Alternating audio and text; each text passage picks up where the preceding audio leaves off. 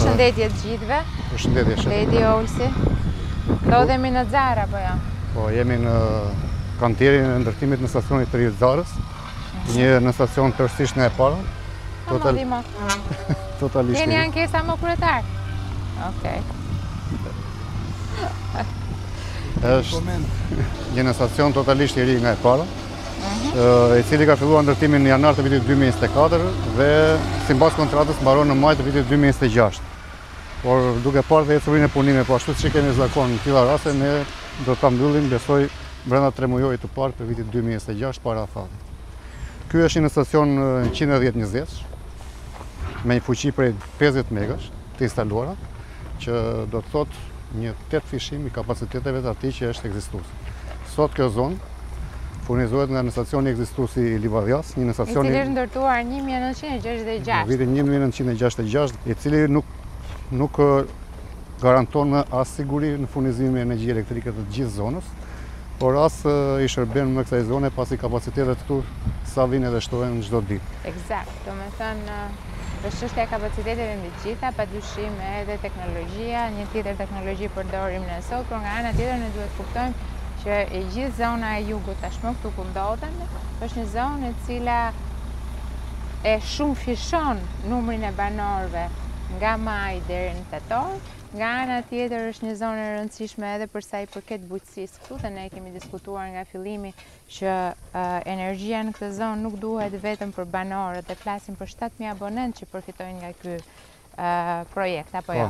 7.000 abonentë do të thotë 7.000 kontrata, por mesatarisht me 4 banor për familje, sikur ta marrim mesatarisht, flitet për rreth 28.000 banor të cilët përfitojnë. Por nga ana tjetër, siç tham, këtu përfitojnë të gjitha njësitë turistike, qofshin këto hoteleri, restorante etj, por edhe të gjitha njësitë e bujqësisë të ngritura në zonë, siç janë serat apo fermat e ullishteve, të agrumeve e tjerë çfarë prodhohet këtu në zonë. Kështu që duhet të themi që është një investim që duhej bërë, është një investim që na është kërkuar si nga bashkia, ashtu edhe nga të gjithë faktorët e zhvillimit ekonomik dhe bujqësor të zonës, por padyshim që përfitohet edhe më gjerë. Edhe pse quhet në stacionin e Zarës, ky nuk është vetëm në stacionin e Zarës, kështu që dhimua ja kemi shpjeguar disa herë këtë gjë. Është në stacion që emrin domo nuk ka problem. Do emrin që ti vëj markën e Zarës, po pastaj do ta shkruaj në stacionin e vet, por nuk është vetëm në stacionin e Zarës. Ky është një stacion që në të ardhmen do të furnizojë gjithë zonën e Ksamilit, pasi do jetë një stacion parësor për gjithë zonën e Ksamilit, dhe ndërkohë do të bëjë dhe lidhjen unazore të fidrave që vinë nga në stacioni i Saranës. Pra do të thotë kapacitete të shtuara dhe sigurim të furnizimit me energji elektrike në mënyrë, domethënë, totalisht ndryshe me këtë që kemi sot. Pra në rast se deri para pak kohësh këtu frynte një herë dhe gjithë zona ngele pa energji, tani do të thotë që kushtet atmosferike nuk do të jenë problem për këtë linjë dhe as kërkesa që do të vijë në rritje çdo vit, siç ne tashmë jemi mësuar që kemi një trend rritje të kërkesës për energji nga viti në vit me minimalisht 10 deri në 20%. Ky në stacion e garanton këtë për shumë vite të tjera që do të vinë në zhvillim. Unë e them gjithmonë atë që mbaj mend në fillim detyrës time, nata e vitit 3 ishte nata më e ngarkuar dhe ne nisnim që nga dreka e datës 31 në komunikim me OSHE për sa i përkiste volumeve. Dhe mbaj mend që volumet e tmeshme të konsideruara në atë kohë shkonin në 21.000 megawatt ose 21 milion kilovator, edhe arrinte pikun dhe bindin gjithë në stacionet kudo në vend. Këtë vit, ose më saktë për referohem vitit kaluar, se këtë vit do shohim, do shta shkojmë edhe më larg, vitin e kaluar nga 15 korriku deri në 15 gusht kemi qenë me 28 milion kilovator në ditë. Apo jo?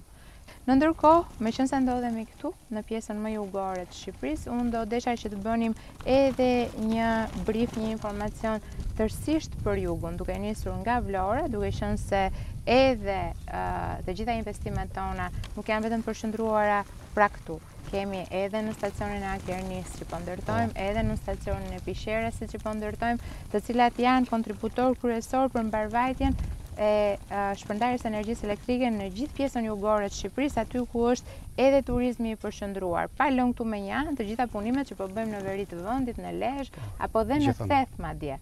Kështu që sqarojmë pak situatën se si e kemi sot në jug, ku unë shpesh herë komunikoj dhe vetë me banorët apo me pronarët e hoteleve apo të restoranteve për shqetësimet që ata kanë.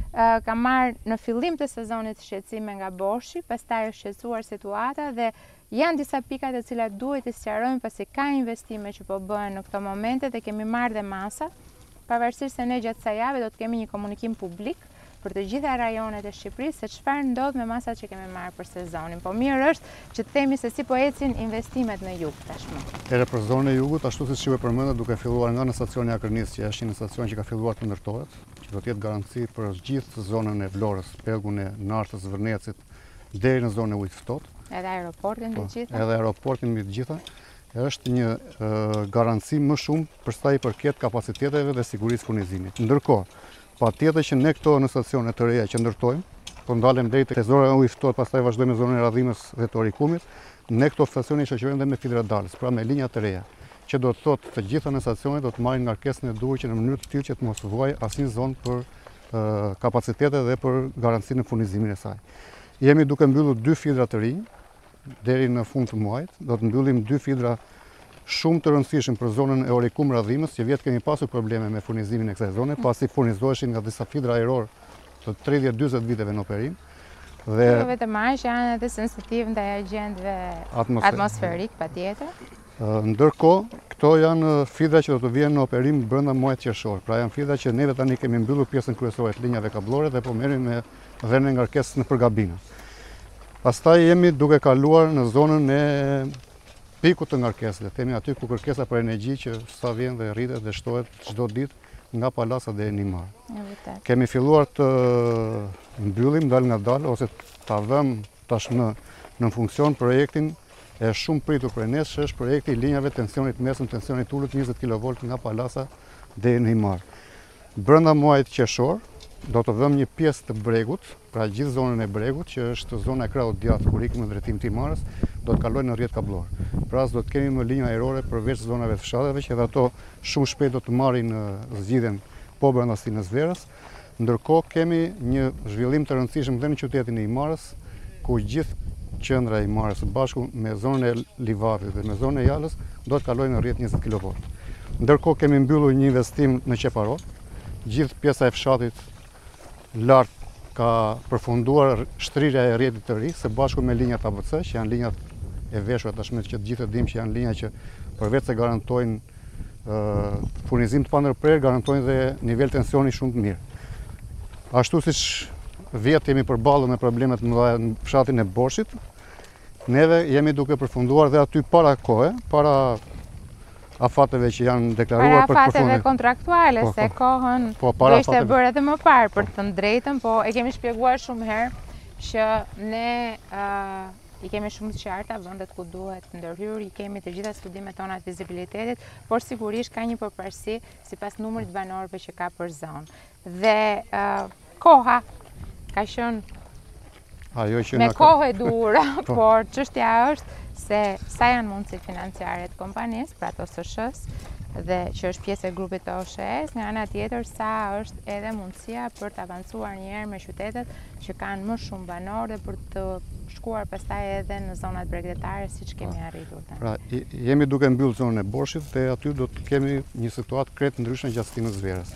Ndërkohë vazhdojmë me në stacionin e ri të Bunecit ose Piqeras, që ju përmendëm pak më parë. Ka filluar implementimi i këtij projekti, që do të jetë një garanci shumë e madhe për të zhvilluar zonën në 2 drejtime, në drejtim Sarandës dhe në drejtim Borshit në vitet që do të vinë. Kemi përfunduar i konstruksionin e 2 fidrave shumë të rëndësishme në qytetin e Sarandës, që janë fidra që do të garantojnë përveç se sigurisë furnizimit, do të garantojnë edhe kapacitet të reja shtesë për ata përdorues të rinj që kërkojnë të futen në rrjetin tonë, pasi zhvillimi urban bën punë e vet. Dhe një zhvillim po aq i rëndësishëm që deri vjet neve kemi pasur edhe bashk shumë herë komunikim në lidhje me zonën e Ksamilit. Zona e Ksamilit deri vjet furnizohej vetëm me një linjë furnizimi 20 kV. Tashmë mund të themi që prej disa ditësh ne kemi vënë linjën e dytë në punë, është energjizuar dhe Ksamili përveç se do të ketë një balancim ngarkesash, do të ketë edhe një siguri me një linjë të dytë që në rast të ikës linjës së parë mund ta furnizojmë me linjën e dytë. Ndërkohë dhe këtu ku jemi, kthehemi prapë tek Dhima, që shohin e prekin vet, kemi futur të gjithë fidrin Këtu që Fidri Leftertalo, për që mbulon gjithë zonën e Zarës, Mursis, Konispolit, Vrinës, Shëndullis, pra gjithë zonën rreth e rrotull ku jemi tashmë, është futur në rekonstruksion dhe me vënën në punë të në stacioni shumë shpejt kthehet ajo në 20 kV. Pra kemi një situatë, një panoram totalisht ndryshëm në raport me vitin e kaluar. Pikërisht përveç investimeve që ne bëjmë, sigurisht që ne kemi të gjithë dëshirën, vullnetin edhe tendencën që t'i bëjmë në stacionet e reja, që gjitha këto në stacione janë të pajisura pastaj edhe me sistemet e automatizuara që na ndihmojnë për të identifikuar avarit dhe për t'i zgjidhur me njëherë, sepse avari energjetike do ketë gjithmonë. Nga ana tjetër, ajo që ne bëjmë, krijojmë linja të backupuara, pra kemi edhe një linjë të dytë gjithmonë që në rast se ka një avari, kalojmë transmetimin dhe shpërndarjen në linjën tjetër derisa të ajustohet ajo që është linja primare, pra linja parsorë. Shumë mirë, me lajmet mira nga jugu, unë sigurisht performancën e OSSH-s e ndjej me njëherë në telefonin tim, kuptohet kur po shkoni mirë apo kur po shkoni keq, por në ndërkohë duhet ta them që performanca gjatë kësaj vere ka qenë shumë e mirë.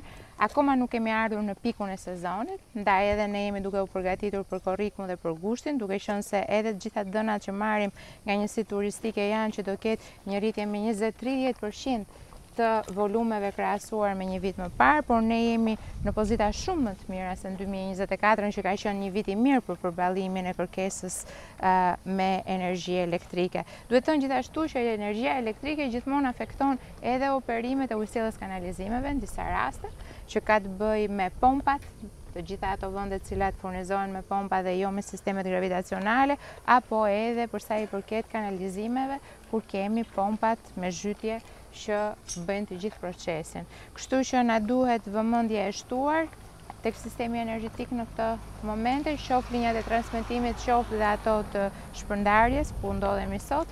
Bashkëpunimi midis OST-s dhe OSSH-s është shumë i rëndësishëm, i kemi shumë të mira të gjitha kuadrat e bashkëpunimit, por thjesht për ta pasur parasysh për ditët në vazhdim.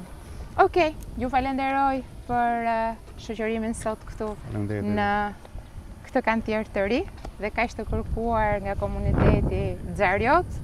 Tani ne do ta përfundojmë para afatit, në maj kemi kontratën tha drejtori, do mundohemi ta përfundojmë para se të nisë vera e vitit të ardhshëm dhe këtu vera nis që në mars. Blendi, kështu që merri masat. Shumë faleminderit gjithëve.